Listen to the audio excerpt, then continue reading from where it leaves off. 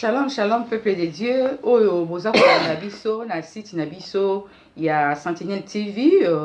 na YouTube pe Sentinelle TV. To pesi bino bambote mingi partout. Oyo boza kobenga biso bandeko, oyo boza kobenga de loin ou de près. Vraiment tika kima nyamokonzi e bila bino bisika bozwami. Alors na plateau na biso toza lisusu na mutu na Nzambe, le messager proverbe 30-30. Suite il y a message oyo Nzamba pesaki ye bandeko lelo, tout le monde en parle na ba site na bino pona ko lakisa ke soki Nzamba pesi message Nzambe a confirma kango pe na batu mususu na bandeko mususu. Alors bomoni ba réaction ya batu makambo ebele oyo lobamaki lelo toza kolanda na ba site partout. Alors tolingi to yamba mutu na Nzambe toyoka lisusu nini message nini oyo amemeli biso otokoki kolanda ye ngonga tonga. Shalom l'homme de Dieu. Shalom, shalom Mama Bena. Ok, vraiment. Shalom bandeko batali. Ouais, to sepeli ko yamba lisusu na site na biso na Sentinelle TV 1, to yamba kio liboso to moni ba réaction ya bato na message o Nzamba pesaki yo bato ya kofinga bato ya kokumisa ke Nzambe mutalobi bato ya ko remercier bato ya ko soutenir de to moni lolenge ya bato nyonso. Mais lelo siko to sepeli pe suko yamba yo pona ko yoka nini oyo omemeli peuple de Dieu na site na biso Sentinelle TV 1. Bon, eloko ya lelo na pesi bandeko no surtout mbote na pesi bato nyo surtout oyo ba réagir positivement na négativement mbote Nzamba pambola bango pe na pesi Nzambe merci parce que Nzambe soka pesi au message ayaka kotinda bato nso ba confirmer yango to benga yango le message le messager et son message. OK. Soki tozui exemple à Jean-Baptiste Nzambe soka bengio akopeso location de bangle balobaka esika kovanda et akopesa ndenge no akolatela eloko ni akolia Jean-Baptiste moni azakolata bilamba ya poswanyama azakolia ba nini mabanki azakolia ba miel azakovanda na esobe et azaki na message na ya repentance, c'est-à-dire moto na moto oyo Nzamba bengi apesa ke message na et puis so Nzamba apesi message a confirmer yango avant que tu na continuer na kota ezana bato ba sengaki pasta lakisa nani certificat na yo ya muse ya compagnie yango compagnie house en Angleterre bozwa numéro wana bobeta bomona que maison du Dieu forme existe pe eza reconnu en Angleterre ngande na propriétaire nango donc na kosaka likambo te naza moto na ba vérité donc ba prouve yango bomoni ezali maison ya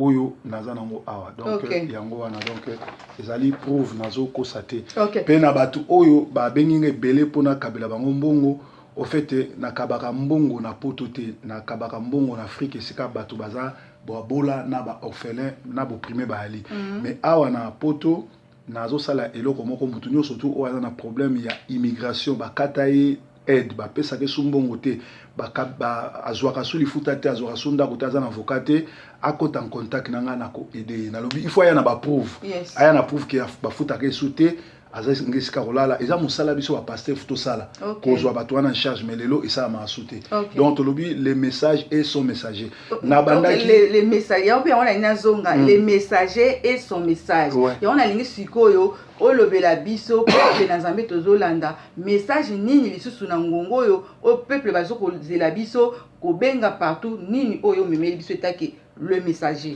lelo on olobela biloko mibale na kolobela musique chrétienne o ezali industrie ya franc-maçon ya Illuminati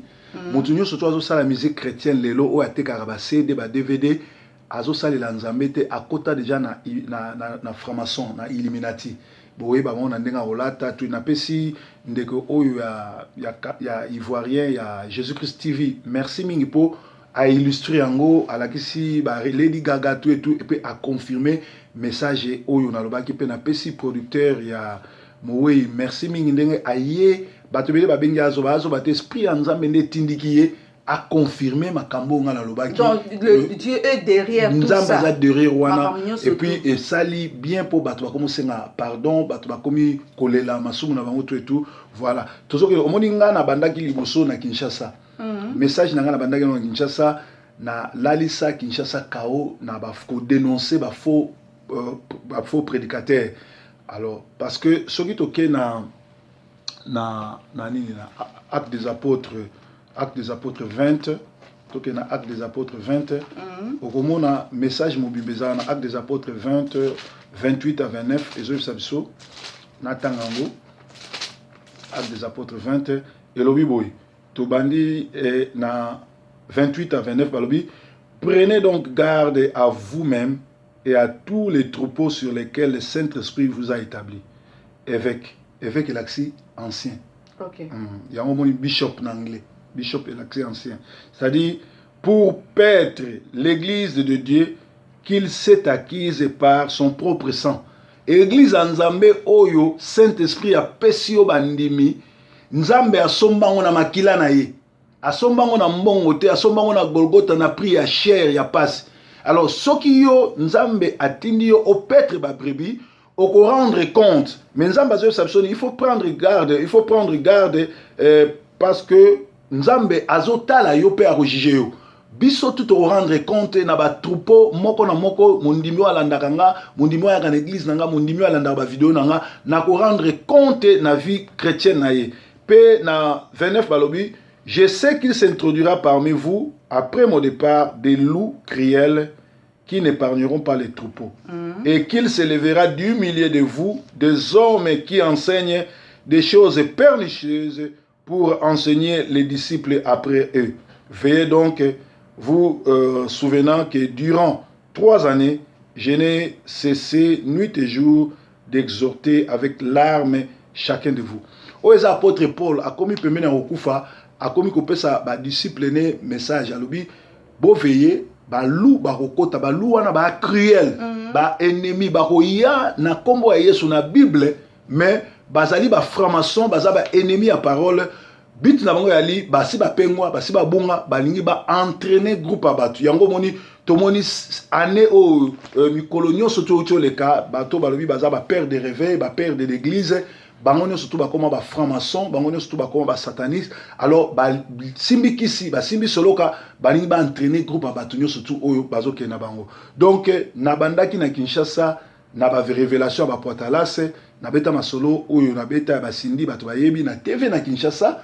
pe na yaki na Angleterre na silisi buso ba désordre no sozaki na Angleterre siko nzamba meminga na niveau mondial yango muni apesa kinga révélation ya liwa oyo ezaki pona ko introduire na bato bayeba ke ya solo nzamba zo bana kati nanga pe siko nazo kende na niveau international pona nini soki toke na Galate 3:1 toke na Galate 3:1 oloka makambo nazo loba wana ezali na Galate 3:1 balobi ba Galate babandaki na molimo basuki charnel nani aloki bino.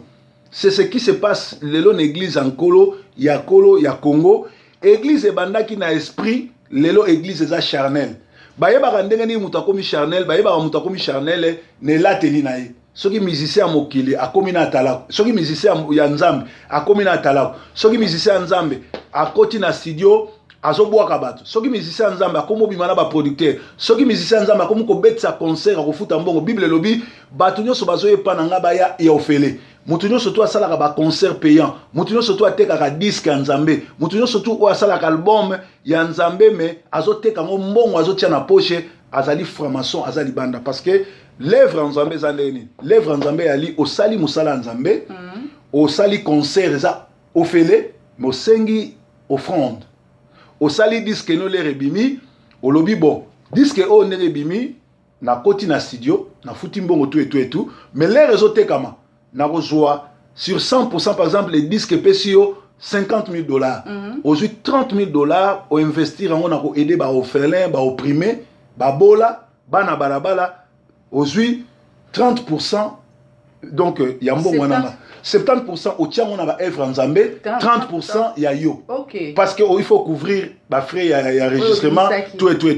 mais lelo ba yembi o nyoso tout ba lobi baza ba yembi Nzambe bo tuna bango ba album ba tekaka mbongo wana basala na nini bazosomela ngo balupangu bazo balela ngo basi bazosomela ngo bilamba bazosomela ba voiture yango etindiki bango na posa ya nzoto bakende ko signer ba pacte ya monde diabolique ndenge ba Michael Jackson ba signer po ete ba album na bango etekama po ete ba koma célèbre ba tiki Nzambe ba pesa Nzambe mukongo donc musique chrétienne na oyo ya koteka ekomi musique moko Illuminati ndenge moko na bato mokili yango moni bazali différence te bakendaka ba maison moko bakutanaka na banganga moko bakutanaka na biloko moko musique ya lelo soko tie musique ya Wera awa otie musique ya Patrice awa eloko ko différencier yango kaka eza ngebe na rythme mais nyonso tout eza nango musique moko yango moni Koffi Olomide na Wazeka bazo bana kimukolo babi pona nini bino musique ya chrétienne ezate musique ya mokili ya te po bango nyonso ba se retrouvera na ba maison moko bango nyonso babala na butu pe na moy yango bazondima te ke bango basalelaka nzambe po bango nyonso bazala ba maison moko bazala na maison moko pe ba se comportera ndenge moko voilà. OK. Maintenant l'homme de Dieu le messager et son message peut-être ba yembi na biso bazana ignorance na parce que peut-être bazana ba encadrer ba homme de Dieu o ba ko encadrer bango te ko zone sa bango na liloba ko talisa bango parce que soki totali kaka Bible wana balobi musique ce musique penza muto ayebi secret ya musique ezali diable musique euta pana nzambe tanga bwakaki diable atikaki na ba dona enyonso alors secret ya musique diable muto azana secret wana na yete na place so ko sunga peuple bazolanda biso ouais mais nani Lucifer azaki chargé à musique ya nzambe le nzamba bengani abotoli grâce te akitaki na grâce nyonso tout soko Lucifer akenda siko ko retrouver ba chrétien na ba pasteur lelo ba père nyonso tout ya réveil ya o balobi baza ya père réveil na pesi Albert Kankenza ozali président ya église de réveil ya Congo na pesi un mois abimiselanga liste ba pasteur nyonso ba na sida ba oboma bat soka bimisa monte na obimisa liste wana oyebi ke na Kinshasa oyoko pasteur akomi ambassadeur de la paix pasteur akomi boy nzoka ezalaki intronisation ya Illuminati bambendai bayako latisa bango wana otonisa bat na stade o azokoma ambassadeur de la paix nzoka ezalaki intronisation ya Illuminati ba pasteur belé oyo tout bazana ba église aminene wana ba père de réveil baza ba Illuminati bazali ba franc-maçon baza ba pasteur nzambete alors musique nza sata akoti siko na kati ba pasteur wana pe na kati ba yembi omona lelo ba yembi yebisanga ba yembi elateli na bango comportement na bango yango zomona orchestre liboso oyo banda ko beta musique na Congo za Vox Day ata moko abongama te parce que Vox Day bazaki ba pakano ba bongama te ti lelo ba yemelaki nzambe me ba bongama te parce que batuana ba ngwanda pesa ba mbongo ngwanda zaki na ye mutu azaki mutu ya nini ya gouvernement azalaki mutu ya sécurité azwaki ba jeune wana po a récupérer pouvoir a récupérer système ya information tout et tout bazaki ba paka ti lelo batikala ba pakana ta moko abongama te alors batuana nyonso tout ba kota lelo na musique lokola loyenge esprit ya Satan eza na kati na bango yango lelo zomona bazo esalela kombo ya nzambe mais baza basali na nzambe te bazali ba musicien chrétien mais bazali ba chrétien musicien te so bazali ba chrétien musicien tunga to mona nzamba rendre ale moleto hommage moni ndenge à se comporter qui bien kazaki pe na berère mais azaki moto na nzambe parce que Eden parce que banzembo ayebi pelisa moto eza ba révélation oyo nzambe atiaki pona libérer mboka pe yango moni ba bomaki mais ba oyo nyonso batikali mais maria kofi moto wana ezo continue ba oyo nyonso tu batikali baza bato ya satana bato ya soloka na lobaki ba vidéo ko bima ba témoignage ko bima tozana na début nzamba zo bimisa bango poisa bokomona ndenge ba suka OK maintenant bokolim sanga ba ndeko o boza kolanda biso maintenant mutu na nzambe tomoni bato bazo benga yo tu basai na nzambe musupi bazo benga biso pe nzamba lobela ki biso tout mais pourquoi pas basai na nzambe na pe bakwa pe ko bima baloba pourquoi pas ba ko koloba kaka yo nde message wana oyo ko pesa beto zo mona ba on pe bazo ko benga bon na omoni eloko liboso po yeba ke biso tozu molimo ya nzambe ezotindika biso to banga te molimo na nzambe ezotindika biso to ba vérité to banga te to ba vérité parce que moto azala molimo ya nzambe azali mokonzi ya bato to balobi l'homme spirituel juge de tout mais na milieu oyo ya ba pharisien bazali na hypocrisie makasi so tayi lokola moto lokola Patrice moto asala campagne ya kolakisa ke musicien oyo aza mabe musicien oyo aza ndumba oyo aza boto lingaka te abetaka na orchestre te asala bote ye moto asala campagne wana mais soki yo okufi lelo yo musicien wana okufi lelo kaka ye moto aye koorganize do eza œuvre ya Satan eza œuvre ya milimo ya Satan ya diabolo et oza Satan amike ya minene yango na zebisi bato ya diaspora mutu moko a contribuer na makambo Patrice azo baté parce que gouvernement congolais eza na mbongo eyebi ekopesa mbongo po basala makambo surtout mbongo Patrice azo pesa tozana tina kopesa Patrice mbongo te fito pesa ne mbongo na ba leader oyo bazali tokolo ba front citoyen pour na ko sala soulèvement populaire. À part soulèvement populaire, mutumoko a contribué te na makambo ezangi te na neti Tshisekedi ni retour à Tshisekedi ni quoi to pesa mutumbongo te parce que ezali escroquerie ya monene. Dans soulèvement populaire makambo mboka. À part soulèvement populaire, toza susu na batu mususu toko pesa mbongo te toko kota na makambo mususu te voilà. OK. Vraiment bandeko eza pasi pe mawa, toza toujours koya ko pesa bino ba révélation à travers le messager et son message. Mais na peuple de Dieu, différence nous groupe ça biso le messager, musique mondaine, na musique ya Nzambe, inspiration na bango. Po bango biso surtout to beta kaka ba sentin moko, ba rythme ngo esonaka ba guida wana ka yango moko tout mais Bible dit qu'il y aura une différence entre ceux qui servent Dieu et ceux qui ne le servent pas. Bible zoloba David l'air zako yemba. Ceux qui Saoul milimo mabe ya attaqué David ayembi milimo lui. Musique ya Nzambe eza musique o ezali na onction ya Nzambe pour na ko libérer ba esprit mabe. Pour na ko yemba pour na ko kangama puis pour na ko glorifier Nzambe. Mais lelo oyo musique o bazo sala na Congo ezali musique ya Illuminati, ça n'a rien à voir na Nzambe. Yango zomona Batouana lelo Nzamba ko bisa mo poisa ba comment ko sala ba miracle boke no tune dingo arrivé c'est ba mama ba katier ba arrivé c'est que Batouana ba simba ba kisi batora ba walesa ba sala na onction satanique onction ya mai ba mama mamiwata onction diabolique yango moni na mususu za mugushi o azana Kinshasa na c'est un magicien ba yena magie ya ko bimisa bato ba mbongo na poche et pourtant bango ba pasteur wana basala ba dollar ba men ça dit basala ba faux ba dollar bazo so bana basi mingi o balanda bango ba pesa bango sida et bazali ba pasteur oyo baza ba démoniaque oyo bazali bato na misala mabe. OK, peuple de Dieu vraiment toza na problème nene na kati na église du corps de Christ ya biso na Congo pe partout mokinumba o baza kolanda biso eza pasi pe mawa mais toza kolela pa na Nzambe ke Nzamba sunga biso afin que tozongela vraiment ndenge to bandaki ndenge mutu na Nzamba oti koloba to bandaki na molime mokoma to koyi kosuka na nzoto. Alors mutu na Nzambe na yebite na ba message oyo nyoso tout po to moni bato ba fingi bato ba kumisi bato ba lobby na ebite mais ba musu baza toujours na motema kenze na incrédulité bazaka kondima te mais na message nini otokoki ko loba po bato wana bandima et puis tango za koloba ke intel aza faux ba sini nini o bato bakoko yeba po bato tout baza na ba donte sini ba koyeba ke muto yo aza na ba sinyo aza faux na ebite omoni leti mikolo yo pasteur nyonso bo omoni na croix ser nyonso tu bo omoni alataka lokola alati ba nzambala kangi banini ezali ba pétresse ya voodoo do voodoo ezali ba kisi oyo uta na Lomé ekenda na Haïti bazali na ndenge akutuma bino kanisa zo lata lokola maser bino kanisa zani nzoko azali pétresse c'est-à-dire azali nganga ya voodoo. Alors moko na bango ezali Lise Manzambi oyo bazo travailler na Blaise Manzambi bazali ba serviteur à démon parce que boye ba bien que Lise Manzambi azalaki mwasi ya noko ya Blaise Manzambi ba pesa kiye aya na ina poto abotola mwasi ne nani abotola noko ne mwasi e balana bilakeli mabe ndeko wana asimba bakisi ya makasi yango moni na site na ya Kazarema ezali site moko isika zo sala publicité pe azosa promotion ya monde satanique yami balé radio pain du soir donc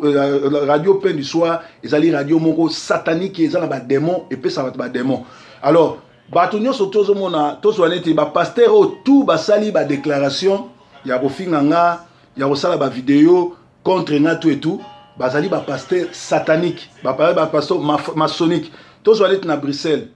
ba pasteur o babenga ba jimo baza ba pasteur o babenga na bango na Suisse nga benga bango les deux Dupont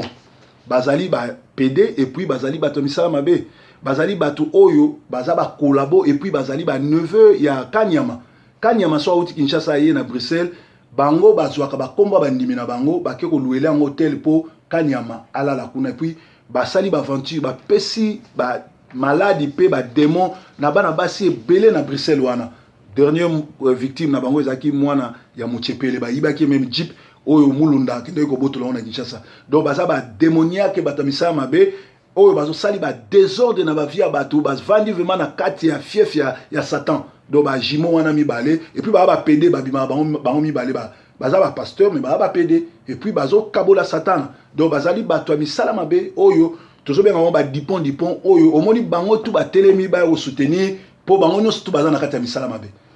Vraiment bandeko eza participer mawana zo kamali na nzoto nazaka simple présentatrice na présentation Mama Bena na ba makambo tozoyoka le messager et son message nyonso nzambe azoya na ba message ka pona koluka ko sauver peuple na ye ko longola peuple na ye na mabe azongela ye mena nazana mutuna moko ndeko moko autaki ko tuna awa na ba appel o baza ko benga ndeko moko alobi pasteur est-ce que sokoza chrétien kozala miss est-ce que za mabe miss na nezani miss babenga ke reine de beauté. Reine de beauté n'est autre que l'esprit de Jézabel oyo ezako diriger mon moni Jézabel azako fa na kabe aibaki autorité à kabe pour ki no boma mosai na nzambe musuko boto même na nani na bot mabele asalaki signature donc esprit à Jézabel ezali ko boto l'autorité à mobali ezali ko boto la mabele ya mutu donc ko boto la pouvoir ezali même ba Rwandais ba utiliser yango ba saleli yango na basi na bango ba irondel pour ba récupérer mboka Congo donc soki mutu alobi ke alinga comme miss azali na esprit ya monde esprit ya sirène ya reine de beauté oyo eyaka pona ko séduire mibali oyo eyaka pona obebisa bato belé yango na moni na pesi même producteur wana message merci mingi pour a confirmer que makambo na lobaki za solo aye ko beta même masolo ya Claudia mais na kati wana tokangi ba parenthèse pour te kolobela ngote mais makambo zaki ebele o to bombaki koloba to baki bato ba bimisa ba vérité ba lo appel lelo komi ko bima bato bakomi ko benga bazolela basenga pardon ngana limisi bango mais nde na qualité na nga musai na nzambe na ko appliquer o nzamba yebisinga na appliquer lelo alors eloko makasi zali nini elagisi ke bana na nzambe fu bakeba to bandaki na molimo lelo to komi na nzoto ba pasteur rebelle baza na esprit démoniaque oyo zo diriger bango et ba ye na esprit oyo ezali na 2 Corinthiens banda na 2 Corinthiens 2 banda na 7 tina na 12 babi Satan akoya na église akovanda ko se proclamer yemoko Satan ako se proclamer nzambe et akoya na apostasie eza abandon de la foi ko aveugler bato pe akoya na ba faux miracle lelo oyo l'église na fanatisme yango moni ba o bazaki pressé ba yoka ina mongongo nzambe te ba bandi ko finga le nzambe akomi ko susciter bato musu ba témoigner ba zongi mbango ba komo senga pardon mais et pourtant ngana yoka mongongo nzambe na lobaki pe lelo nzambe a confirmé et ça même pas une semaine hein nzambe déjà confirmé pe tozu su ba révélation makambo belé oyo na koki suko lobango te sinon ekoma lokola règlement de compte mais siko na zo sa bato ndenge ni to koki ko sala eloko liboso bima na église nyonso tout oyo pasteur alataka soutane pasteur alataka ba croix pasteur alataka ba chaînette pasteur alataka ba soutane pe pasteur azalaka beaucoup plus na koloba makambo na ye ou bien na sima na ye atie photo na ye ou bien na effigie na ye parce que eza idolâtrie yeso alobi ete biso tozali sauvé par le sang de Jésus toza sauvé ni par les photos ya pasteur yeso atika photo te yesu atika photo te ko zo ate photo effigie mutu moko daeza moko ya ba 10 commandements alobi okoki ko fukamela bikeko te ndenge ba catholique basala yango okoki ko zo effigie mutu te lo banzambe na ngai soki bozo sala yango eza mabe et puis ko sala beaucoup plus bata prière ko yokaka entendement spirituel ya nzambe Dieu continue à parler et Dieu continue à visiter son peuple. OK, Dieu continue à visiter son peuple moko ba question na. Et puis Bible lobi n'aimez pas le monde et c'est bien. Celui qui fait la volonté de Dieu demeure éternellement. Donc, tolinga mokilité n'a pas convoitise na yango. Parce que mokili oyo est dirigé par le diable. Figurez-vous, dans Luc 4, Jésus a eu 40 jours à prière. L'air azobi makuta na diable, diable a dit mokili oyo eza nga na kopeso yango.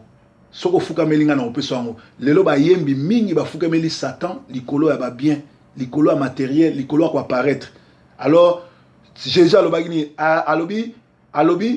alobi mutu avivaka kaka na kolia te mais mutu avivaka na liloba na nzambe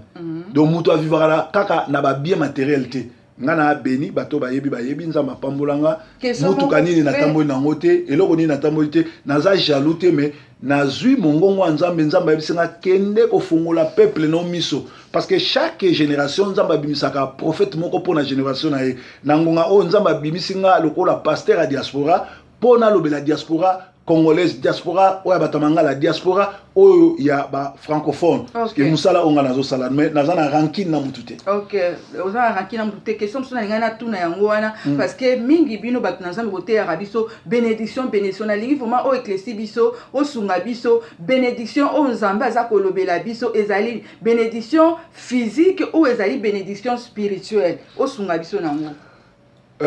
Gilles Azoloba Jean Azoloba, je veux que l'état de ton âme soit prospère. Prospérité, ezali ba bien matérialité, ndenge coutume ko sabiso, azape moka ba formation. Prospérité, ezali état d'âme. État d'âme na yo, soko yambi Jésus-Christ, okomi na kimia parce que netinga siko moni nazo sala guerre contre bandoki ya monde entier. Mais na gagné ba ngamu tout monde na beti bandoki tout ya monde entier. Ba meka koya na butu na ndako na ba kokate ba kuta le sang de Jésus. Ba meka koya na moi ba kokanga te pour na protéger. Alors c'est ça l'état d'âme. Cause à la béni, c'est ça. Cause à la béni za mbongo te za matériel te za nité mais ali état d'âme. État d'âme des hommes même. Ouais, état d'âme so yambi Jésus-Christ comme Seigneur et Sauveur, ce n'est plus toi qui vis mais c'est Jésus qui vit en toi. Alors au komi mutu au sali likambo au monisco pour la savoir que nazaki leader. L'air na lobby batiaki tembe mais lobby si mokili mobimba. Pe ningi si mokili mobimba. Parce qu'un visionnaire, celui qui parle de la part de Dieu, sera lobby et même en polémique. Oui, parce que Jésus a dit grand polémiste. Jésus a dit sera lobby ba pharisien ba siliki. Jésus a dit sera lobby ba kangi ba bomaye. Jésus a dit sera lobby mokile ningani. Ba tindi ba soda ba ke kanga Jésus. Ba ye ba yoki ba lobby nous n'avons jamais entendu personne parler comme cet homme. Vous comprenez? Ce qui osa yanzambe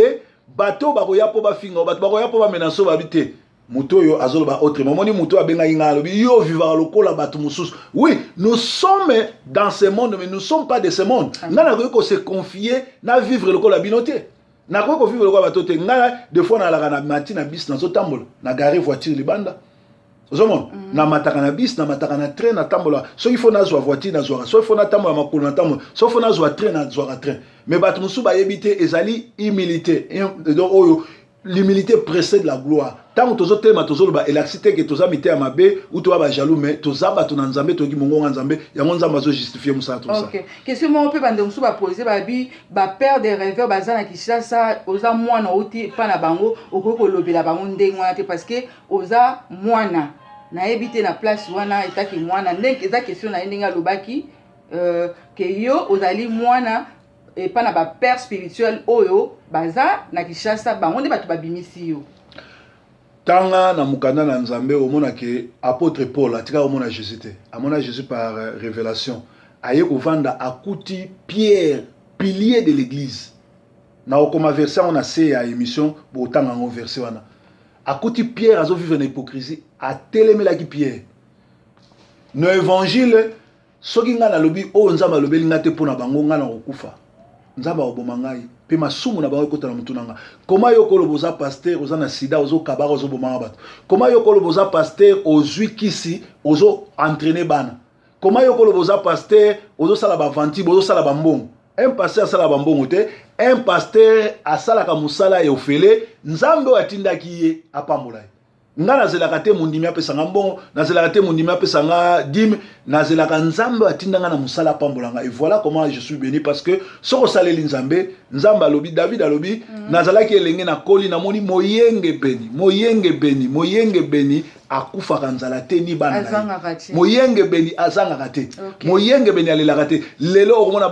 ba yembi nyonso o nazo so ba yembi nyonso ba pasteur nyonso ba sali ba vidéo wana contre baza ba franc-maçon baza bata soloka ba yebi ba bunga nzela misala na bango ezolakisa et lelo oyo na ye en qualité mosali na nzambe na kosala nzambe tininga poto sud sa dossier otokota na dossier msusu. OK, sikoyo na ebité message poto to kende pembeni na kosukisa message ni ngo ko pesa po bande kona biso na mboka Congo na diaspora mobimba partout bazolanda parce que to lobi ba message to yaka nango zali ya révolution ya politique ya mboka na biso économique social pona ko éduquer kaka ko aider kaka peuple na Nzambe partout bazolanda biso. Eloko ma ya liboso na ina yebsa mutu na mutu azongela Nzambe. Nzambe aza mabete.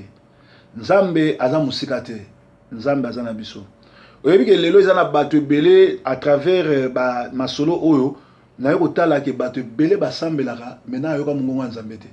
bato ebele basambelaka baya libanda comment bazokoka kodiscerne tant te comment bazokoka kodiscerne te nani aza ya faux nani aza vrai même mbwa bautilisaka ye na aéroport mpo ayoka solo ya drogue ayoka solo ya moto aza mabe mbwa ayebi kodifferencie nani azali ami ya ndako nani aza ennemi ya ndako mais comment bolobi boza na nzambe boza na molimo ya nzambe boza na entendement spirituel te c'est grave oyebi ekamwisi ngai nazomona bato s'acharner bato kofinga bato kosala boye bato mais le même bato bazali kofinga lere bayoki batémoignage ya mutu oyo azali ivoirien asali à partir États-Unis bakomi kobenga nga so ngai na ntina mutu asayanga pardon te naza na ntina ya makambo na bino te mpo nayebaki makambo nazala koloba nalangwaki te nazali na kwiti te nayoki mongongo ya nzambe nakoti na studio nasali émission donc nazalaki na likambo moko arrière nga te oke nzambe apesaki message na ye mpo na bato ebele bazala sauve parce que na kati église koma toza na bayembi ya balesbienne koma toza na bayembi ya bapede koma toza na bapaster ya bapede koma toza na bapaster ya balesbienne koma toza na bapaster ya bandoki baeglise mosusu eza dirigé par bandoki basorcier bazokamba tala matulu kwa bato ezolanda bango combat spirituel c'est combat spirituel des églises combien de sorciers baza kuna l'église va pasteur belé oyo na kotanga bakomo na bango te o ba réagir négativement botu na bango vi na bango chrétien zani bible ezoloba soki muto asali mabe kabai na satan soki ba pasteur wana nyo surtout o ba lui baza ba père ya réveil o ba lui ba père nanga bango ba tuedikanga so nga asali mabe poni ba kabinga na satan te parce que bazo se reprocher ba yebi ke na o ba vérité mais lokola nga mutu naza na raison nga lelo na tie bango en défi na défier bango nazo livrer bango na satan bango tout nazo livrer bango na satan na qualité na ngongo nga naza supérieur na bango bango babungi nzela yoka bango babungi nzela bazo boma bato bazo détruire bato totia nzambe na bango na nzambe na soki te mabena soki nga naza na tort bakabanga na satan soki nga naza na raison nazo zwa bible yango tokei na 1 Corinthiens 5 nazo appliquer yango sikoyo moto na nzambe nga na yebi ozali le messager et son message yo pesi bango message mais natikela bango tant message wana ezwa makolo elanda bango comme ça apprendre okoyeba nini okoyi kosala c'est ça zela na tangelo bible 1 Corinthiens 5 banda na 1 tina 5 balobi on attend dire généralement qu'il y a parmi vous de la débauche et une débauche telle qu'elle ne se rencontre même pas chez les païens makambo ezo bana wa l'église balobi tozoyoka ke bozana kindumba débauche kindumba ya salite bayembi bakomi ba lesbienne bayembi ya bibali bakomi ba pede ba pasteur basimi soloka ba pasteur bakomi kobima na bana bato na bana na bango moko na kati église bana bakomo bima na basi batata na bango alors balobi boye on attend dire généralement qu'il y a parmi vous de la débauche et une débauche telle qu'elle ne se rencontre même pas chez les païens. C'est au point que l'un de vous a la femme de son père. Et vous êtes enflé d'orgueil et vous n'avez pas été plutôt dans l'affliction. Afin que celui qui a connu cet acte soit ôté du milieu de vous, pour moi absent du corps, mais présent d'esprit, j'ai déjà jugé comme si j'étais présent. Celui qui a commis un tel acte, au nom du Seigneur Jésus, vous et moi, mon esprit étant ensemble et avec la puissance de notre Seigneur Jésus-Christ, qu'un tel homme soit livré à Satan pour la destruction de la chair, afin que l'esprit soit sauvé au jour du Seigneur. Amen. Amen. Donc, c'est là. C'est-à-dire, kindumba ozo salama lelo l'église et salama déjà na kati ya tangwakala da livrer bato na Satan. Alors bomoni mwana mwasi oyo azaka na Canada zela nazo kende na spirituel ko katanga te no otu na ko kende sikoza makamza batinga sa mwana mwasi azaka na Canada o asalaka ba vidéo sexy oyo édifiaka bato te de quel droit ayebi ngata monanga te ake ko finga nga ko selinga makambo et c'est une lesbienne. Alors na qualité na nga mosali na nzambe na kabie na Satan na kangie mabondeli nzambe anyonga ye tina 4e génération fi o basala kine émission azali nièce ya Kankenza azonga ayebisa bato po aya na poto ye na Kankenza basala kine ponga na yebi et Kankenza azali président église de réveil aleka yebisa bino bakisini ya simba alors lelo ba pasteur wana nyonso kobanda Kankenza kinziami na groupe na bango nyonso oyo na ba oyo tu basali be mission wana na ba jimo na ba wana nyonso tu basali be mission na qualité na nga musali na nzambe na kabi bango na satana nzamba nyonga bango nzamba beta bango nzamba humilie bango nzamba bimisa na poisa mwana mwasi wa Canada oyo afinginga nzamba beta munoko na ye wana d'ailleurs aza déjà na fiole ya ba démon nzamba exposé ye et carrière na esila parce que Congo mikili ezali site ya ba collabo ezali site oyo Kabila pesa mbongo ebele basalaka ba émission ya insanité et yaka ko édifier batu te alors na batu nyonso basepelaki nango na o balandaki po nga mutu lokola nga na ko landa mutu azo finga batu te o azo kosa bino nyonso boyebi ka yebi ngate maka mutu alobi eza lukuta alors na bato basepelaki na kabi bango na satana na qualité na nga musai na nzambe donc eloko na yako sala lelo yango yo ngala kolobele o musute totala vie na bango ndenge continuer soki nga naza na nzambe te bango balakelanga mais soki nga naza na nzambe oyo nyonso tu ba pasteur bandimi kutu te na limisi bango na limisi bandimi po bayebi te ba fanatique mais o aza pasteur o alekaki na TV alobaki asalaki naza meme na Lushima Kabila tindie naza na message ya Lushima awa soko kozwa portable nga la laksa Lushima azali journaliste asalaka na télévision akomeli nga message ke bako bloquer nga bako sala nga mabe Kabila mutatindie parce que nga nazo déranger bango na kabiye na satana Zela nazobuka message wana loba. Ok, voilà, en attendant luka message wana na koluka pe opesa message moko na bandeko na biso to benga bango ba pagan ba yebi nzambe te parce que bosoto bozoba etondi pa na biso ba chrétien ezo sala tout que et empêcher vie pe ya bato neti mama mo pe na Paris ya bengaki o papa moni makambo tango zoloba boye mobali nanga za musicien mondain bomoni te ke boza ko empêcher ye andimela lisusu nzambe te vraiment na place wana pe oluka pe o ete biso parce que makambo bosoto ezosala mi na kati église et empêcher bato ebele ke bandimela Yesu te mais bandeko wana pe biso tokosunga bino